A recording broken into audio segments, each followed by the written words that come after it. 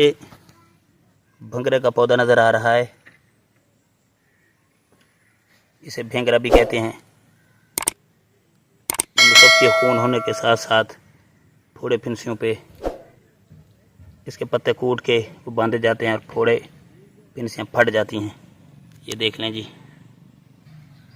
ये जी फूल इसका सफ़ेद होता है और ये काले फूलों वाला भंगरा भी होता है। ये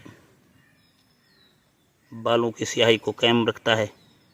इसका सफ़ूफ भी इस्तेमाल किया जाता है, तन्हा या माजून बना के भी इस्तेमाल किया जाता है।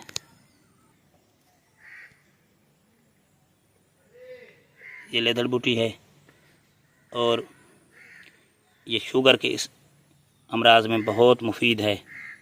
इसका 2 से 3 माशा सफ़ूफ सुबह शाम पानी के साथ इस्तेमाल कराया जाए तो अल्हम्दुलिल्लाह शुगर को बहुत फ़ायदा होता है।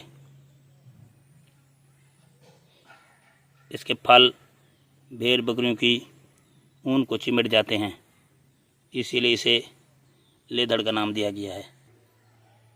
ये तेल सफ़ेद का पौधा नज़र आ रहा है। ये इसके फूल हैं, ये देखें जी, ये इसके पत्ते हैं।